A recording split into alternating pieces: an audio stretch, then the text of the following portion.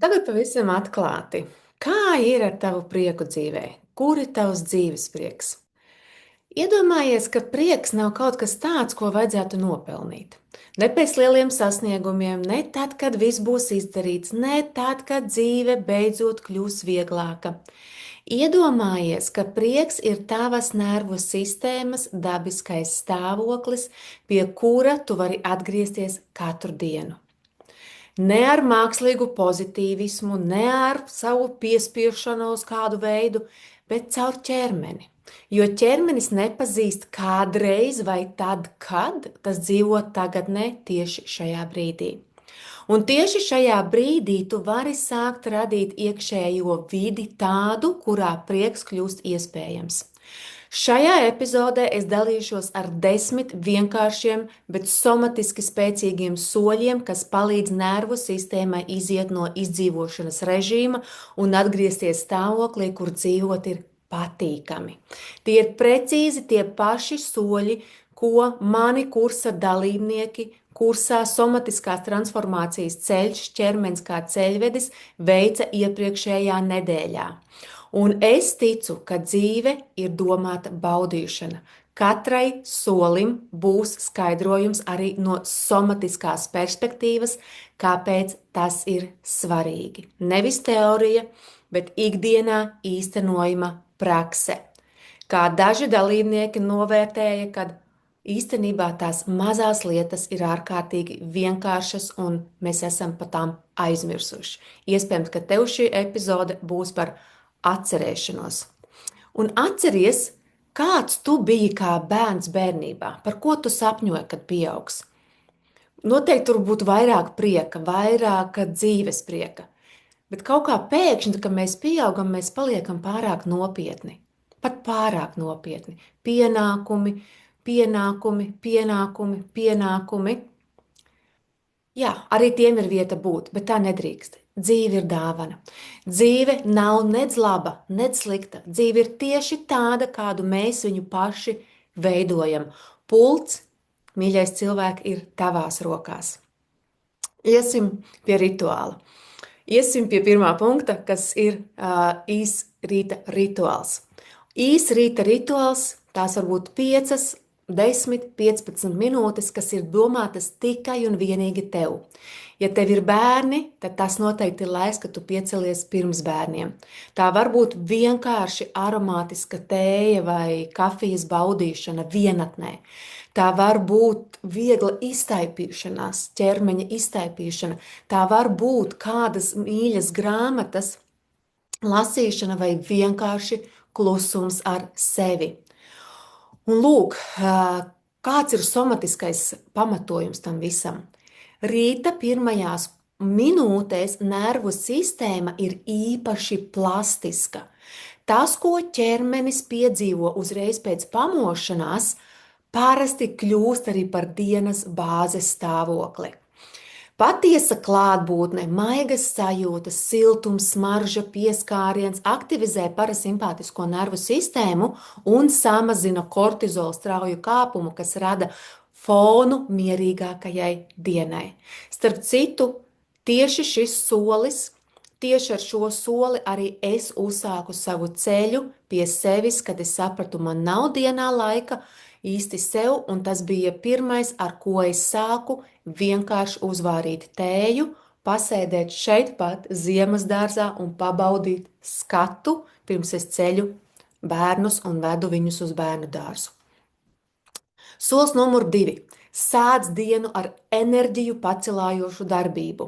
Pirms dienas steigas ieslēdz, tev nav laika vingrot, ieslēdz mūziku, kas pacelā vienkārši tavu garastāvokli.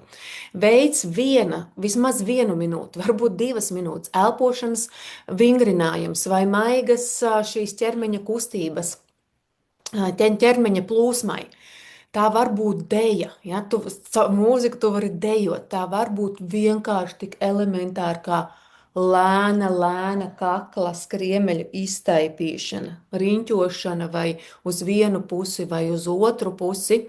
Un Šeit somatiskais skaidrojums ir tāds, ka šīs vieglās kustības un ritmiskā elpa palielina dopamīna izdalīšanos, kas ir hormoni, kas ir saistīti ar dzīvesprieku un motivāciju. Lieta numur 3, solis numur 3. Dienas laikā iekļauj vismaz vienu nodarbi, vismaz vienu lietu, kas tev iepriecina. Iespējams, ka tev šim būs nepieciešams vēl priekšuzdevums. Vispār sastādīt sarakstu, kas tad ir tas, kas mani dara priecīgu, vai, ja tu to dari pirmo reizi, tad sastādi sarakstu, iekļaujot to arī, kas tev liekas, kas tevi dara laimīgu, priecīgu, piepildītu. Jo, raugi, ja mēs tam nepievēršam uzmanību, ja mēs par to nekad neesam domājuši, tad šeit varētu būt, kad ir pirms tam vispār jāizdara mājas darbiņš. Ja? Dzīve notiek tieši šeit un tagad, nevis tad, kad tagad. Ja? Un ja šodien liekas, ka es neko nevaru no tā sava prieka sarakstā izdarīt, tad ieplāno kaut ko ārkārtīgi vienkāršu. Varbūt tā ir garāka pastaiga nekā parasti. Garāks, varbūt treniņš tev dara laimīgu, priecīgu. Tējas pauzi, saruna ar kolēģiem, saruna ar bērniem, saruna ar mīļoto cilvēku, vienalga, kas tas ir, bet skaties, lai dienā būtu prieka mirklis tev. Man ir bijuši klienti, kuriem patīk adīt, un tad ir tā vismaz viena rindiņa jānod. Tu zinās, ka tu esi mētiecīgi devusi, ja, vai devis sev laiku. Un kas ir no somatiskās puses? Kā šitas izskatās? Pats par sevi to, ka es zinu, ka man dienā būs šis mirklis, ja, tā teikt, prieka gaidīšana, viņa jau aktivizē šos dopamīnu ceļus smadzenēs. Nervu sistēma jau sāk uztvert tādu nākotni, tātad šodienu, kā drošāku un paredzamāku, un samazina varbūt tur, kur iepriekš ir bijis spriedze no nenoteiktības vai no tā, kad visu laiku jādara, tad šajā mirklī viņi maina šo fonu uz drošību. Solis numur 4. Iekļauj vairāk kustību ikdienā. Jā, tu vari ieplānot kārtīgu treniņu, bet nav obligāti jātrenējās. Pietiek ar šo pašu manis minēto pastaigu. Pietiek ar to, ka tu ik pa laikam, ja tev darbs ir piemēram pie datora vai tu regulāri braukā apkārt ar mašīnu, ka tu kārtīgi iztaipīsies. Kādas fascijas ar to priecāsies. Jā, un šis solis var būt arī, kad viņš iekļaujās kādā no citiem soļiem, bet skaties, lai šīs kustības ir vairāk. Ja, pāris papildus soļus telpā, aiziet pa garāku ceļu, ja laiks atļauj. Es pati, ja man ir paredzēts ilgstoši sēdēt, es lieku sev taimeri uz 25 minūtēm, un pēc 25 minūtēm es 5 minūtes pakustos. Iespējams, ka tā ir kustība tikai līdz ūdens glāzei, bet dažreiz tā ir tiešām reāla kustība, dažreiz es aizēju pēc hantelītēm. Ja tā diena, es saprotu, kad ir ilgstoši, es kustos. Kas ir somatiskais skaidrojums kustībai?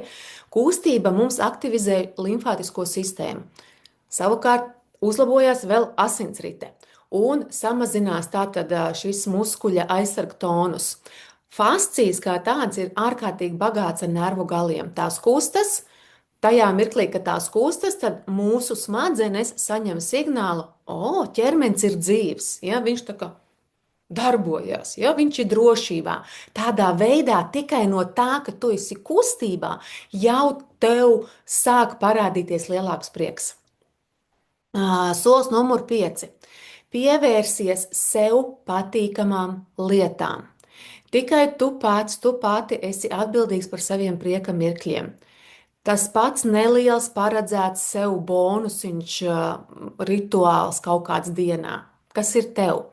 Tas var būt garšīgs dzēriens, tas var būt veselīgs našķis, tas var būt tik elementāri kā tas, ka tu saģērbies tādā apģērbā, kas priekš tevis ir komfortabls, kas tevi iedvesmo. Un bieži tad, kad es esmu mentorējusi sievietes, Es sievietēm stāstu, man nav vispār manā gardrobē tāds apģērba gabals, kas ir sliktai dienai, kas ir, kurā es nejustos labi un kurā es nevarētu tajā mirklī, kad es esmu mājās, ka man kāds tagad saka, hei, reku, brauc garām. Un ejam, aizejam uz kafejnīcu, varbūt ne restorānu, kafejnīcu, ka es nevarētu ar tām pašām drēbēm iet ārā. Jā, manā gardrobē nav trenuškas, manā gardrobē nav gari tēkrekli, bet es sportoju. Man ir sporta legingi, ja, un viss, kas vajadzīgs sportam. Ja, runa ir par to, ka tu ģērbies sev par godu. Tu caur apģērbu arī tiešā veidā ietekmē savu gara stāvokli, savu prieka stāvokli, vai tev stāv drēbes kaut kādiem īpašiem gadījumiem, vai tu tos īpašo gadījumu veido tagad. Protams, tas nevajag vakarklaitu vilkt vai smokingu. Kas ir, jā, un vēl viena lieta, tad, kas vēl varbūt tev ir patīkams, tas var būt klusumbrīdis. Ja? Šis paliek arvien populārāks, vismaz manu klientu vidū, jo man pašai šis klusums ir bijis ārkārtīgi transformējošs, un joprojām es nevaru iedomāties dienu, kurā es neieplānoju obligāti sev klusumu. Un tad pie somatiskā skaidrojuma, ja, šie mazie patīkamie stimuli, ja, šī garšas, siltums, komforts, viņa mums aktivizē oksitocīna izdalīšanos, kas ir hormons, kas ir saistīts gan ar drošību, gan ar piesaisti. Un tāpat nav sevis lutināšana. Ja? Tā ir tā teikt, nervu sistēmas tādā veidā, ka tu dod šo laiku sev, tu dod šo garšu sev, tu dod šo baudu sev, tu dod šo kaifu sev, ja varbūt tā ir deja, kurā tu gribi izdejoties, tā mēs nervu sistēmai dodam šo drošības stāvokli, ka priekā ir tā kā baigi forši būt. Hei, ejam uz nākamo soli, 6. solis. Noteikti, ka mums ir dzīvē šie mirkļi, kad liekas, ka ir grūti, kad ir jāsaņemās, kad ir nepatīkams lietas jādara. Maini uzmanību no grūtā uz skaisto. Ikdienā tas var būt tik elementāri, kad ja ir kā šodien tik augsta diena, un ir saule, ja, viņa nesilda, diemžēl. Bet ir saulains, ja? Tas jau vien, ja tu pamani to, ka ir sals, un varbūt nav vērti, varbūt tev tieši tāpat kā man nepatīk šie augstie apstākļi, bet ir saulīt, un tas jau iedod bišķiņu kaut kādu tādu vieglumiņu. Novērtē, kas tev ir pieejams, novērtē ziedu, novērtē sveču daudzveidību, krāsu, smaržu, mētiecīgi. Ja tu jūti, ka šodien nav tava diena, esi laipna un sasveicinies ar cilvēkiem. Pasaki komplimentu nepazīstamiem cilvēkiem. Es šorīt biju ļoti augsts, un es gāju savā ikrīta pastaigā un skatos man nāk priekšā divi ārkārtīgi skaisti suņi. Es vienkārši pasaku, cik man nepatīk tas laiks, ja vēl saule nebija uzlekusi. Un es ieraugu skaisto, nepatīk tās augstā. Ja es to tad atkārtojos, varat saprast, cik man ļoti nepatīk šis laiks. Un ieraugu tos suņus, wow, un tik skaisti un balti, un pateikt komplimentu, un kaut kas iekšā pamainās. Pamēģini, vienkārši pamēģini pateikt komplimentu. Pirmo reizi cilvēku redzēju dzīvē, ja? Arī tajos grūtajos mirkļos, kas tev tiešām ir kā grūtie mirkļi, ieraugu savas mācības. Ieraugu nevis tas, ka tas ir kaut kas, kas notiek ar mani, bet tas ir kaut kas, kas notiek priekš manis, lai es augtu, kur ir manas mācību stundas. Ja? Un, ja mēs skatāmies no somatiskā skaidrojuma, viss ir par fokusu. Ja mēs spējam noturēt fokusu uz neutralitāti un patīkamiem stimuliem, tad mūsu šī smadzeņu amigdala samazina tā teikt, domu, ka varētu būt kaut kāds apdraudējums. Ja te ir augsti, tūlīt es saslimšu, sasalšu, vēl kaut kas notiks, nav labi. Es ieraugu patīkamu, es ieraugu skaisto, man jau paliek siltākais tā, kad es vienkārši pasaku, ja tā iekšējā sajūta, tā nav tāda, jā, tā ir iekšējā sajūta. Ja? Un ķermenis saņem signālu, Te ir droši, ja? Un es varu atļauties vairāk vieglumu. Es pat sajūtu sevī, kā man gaita mainījās tajā mirklī, kad es pagāju garām un pateicu šo komplimentu. Likās, kaut kas tāds, tāds foršs. Okay? Septītais solis - vairo spēku ar veselīgām izvēlēm. Ēd maksimāli dabiskus produktus, izvairies no pārstrādātiem gardumiem. Viņi īslaicīgi stimulē prātu, ja, bet ķermeni patiesībā dara noguruši. Un tā ir, mīļie, mūsu atbildība, ko mēs liekam savā organismā, kam mēs dodam priekšroku un kādus attaisnojumus mēs sakam, ja mēs nevaram to darīt. Ja mēs arī paskatāmies caur somatisko pusi, tad stabils cukura līmenis asinīs nodrošina arī stabilāku nervu sistēmu. Un, kad organisms nesaņem šīs straujās izmaiņas no cukura stimulantiem, kāpums un kritums, ja enerģija pati par sevi kļūst vienmērīgāks, un prieks nav jāmeklē caur šo kompensatoriku, ja, ko mēs bieži darām caur neveselīgām izvēlēm. Solis numur 8 - praktizē pateicību. Katru vakaru centies atcerēties kaut vienu labu mirkli, kas ir bijis tavā dzīvē, kas ir bijis šajā dienā. Un pasakies par to, kas ir jau tavā dzīvē, ieraugi to, ar ko jau tu esi bagāts, bagāta. Ja šobrīd arī tevi nomoka mans pieminētais augstums, tu esi bagāta ar to, ka tev ir silts mājoklis, ka tev ir siltas drēbes, ka tev ir silta sega, ka tev ir gulta. Ar to jau tu esi bagāta. Ja? Un arī no somatiskās puses, ja mēs skatāmies, tad šī pateicības sajūta aktivizē ventrālo vāgus nerva daļu, kas ir saistīta arī ar šo drošību un ar sociālo piesaisti.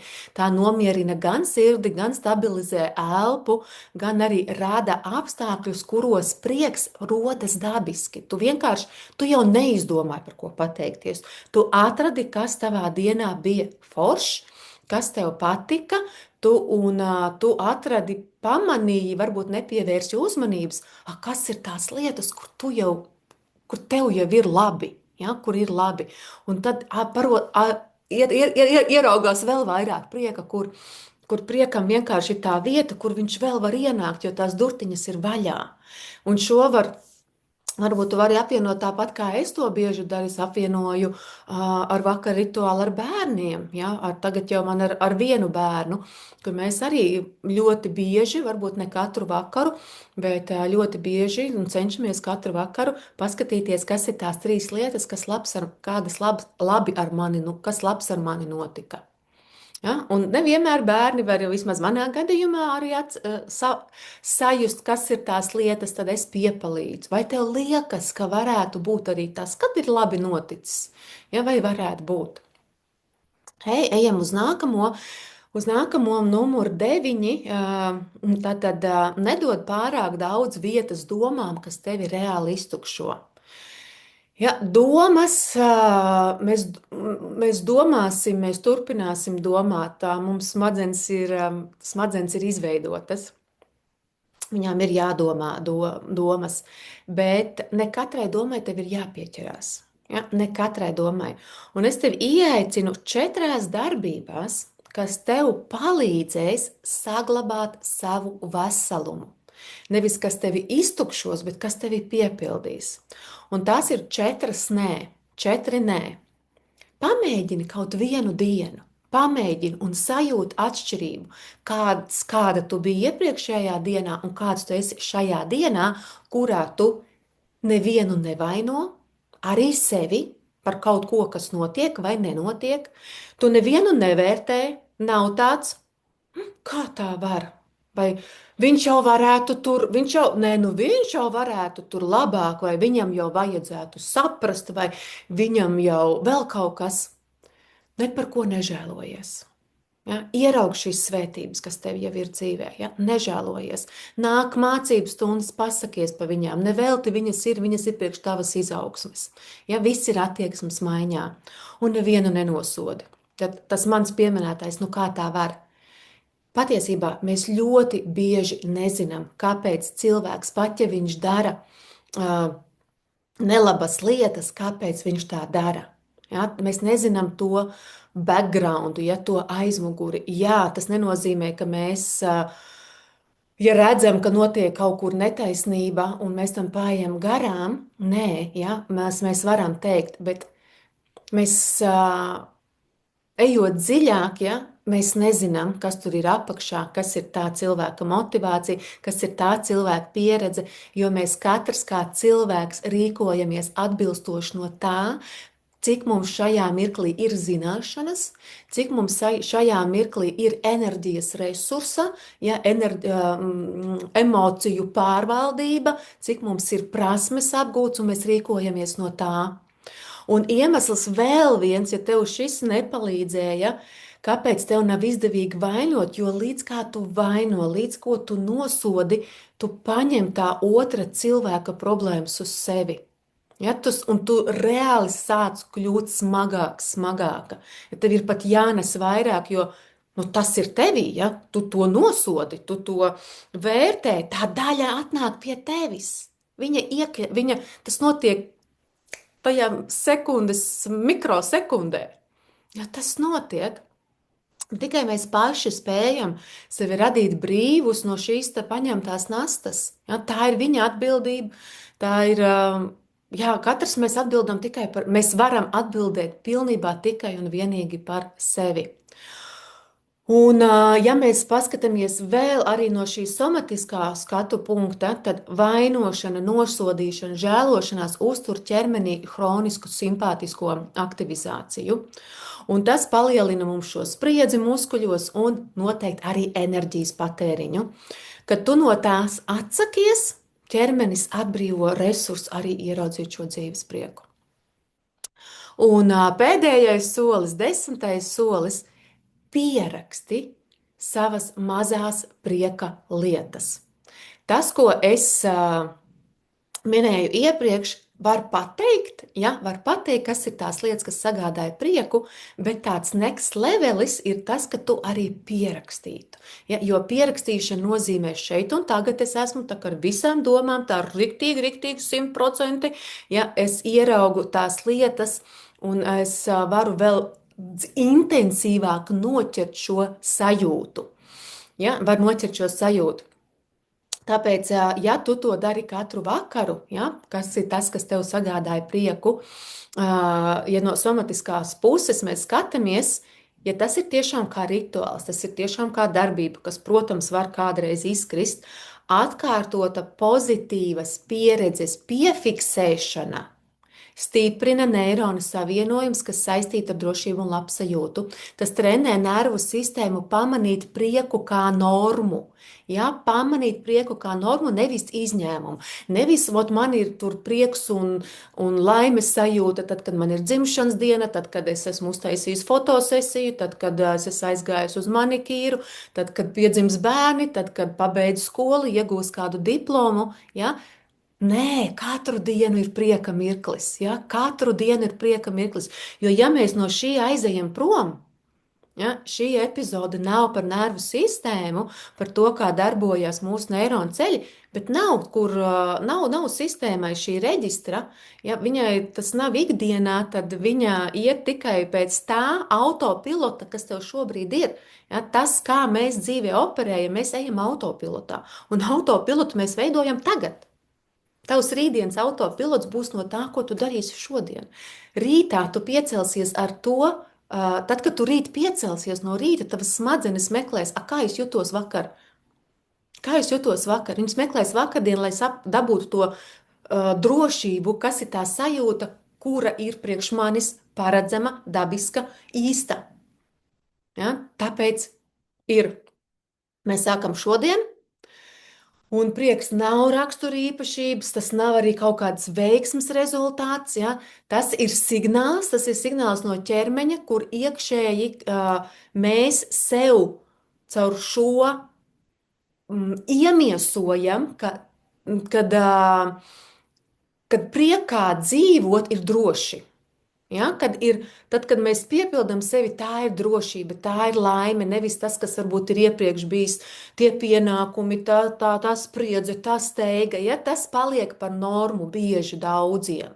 Ja, bet tas, kad prieks paliek par normu, dzīves prieks, ja, un drošība nerodas, mīļie, no tā, ka tavā pasaulē būs viss sakārtots. Ja, tā rodas no mazām atkārtotām darbībām, pieredzēm, vēl un vēl, kur tu ķermeniski iemieso to, ka, hei, es varu atslābt, es varu just, es varu būt.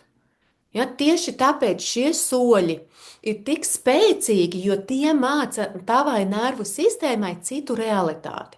Realitāti, kurā nav tikai pienākumu saraksts. Mums noteikti katram ir savu pienākumu, kas mums ir jādara, bet ir arī vieta priekam, ir sajūtai, kā patstāvīgam stāvoklim, kā dabiskam stāvoklim, kā normāli stāvoklim, kā ikdienas stāvoklim. Nenoniecini nevienu no šiem soļiem. Katrs no tiem ir kā vēstījums tavam ķermenim, ka dzīvot ir droši, un tas drīkst. Un man ir ļauts to darīt patīkamā veidā, dzīvot patīkam. Ja tev liekas, ka visi soļi ir par daudz, sāc ar vienu, bet sāc. Sāc, jo prieks nevar ienākt caur pārslodzi, tas ienāk tur, kur ķermenī mēs arī sajūtam vietu sev. Tu vari darīt kā Sanita no mana kursa, kura izrakstīja visas šīs lietas uz lapiņas, lai sev atgādinātu, cik īstenībā elementāri es varu sev sagādāt prieka mirkļus dienā. Ja, kā špikeri viņa vienkārši sev uzlika, lai viņa neaizmirstu priecāties. Tu vari sākt šodien. Un es tev aicinu ienākt pēc nedēļas un padalīties, kā tev gāja, jo es patiešām gaidīšu. Pagaidām, atā!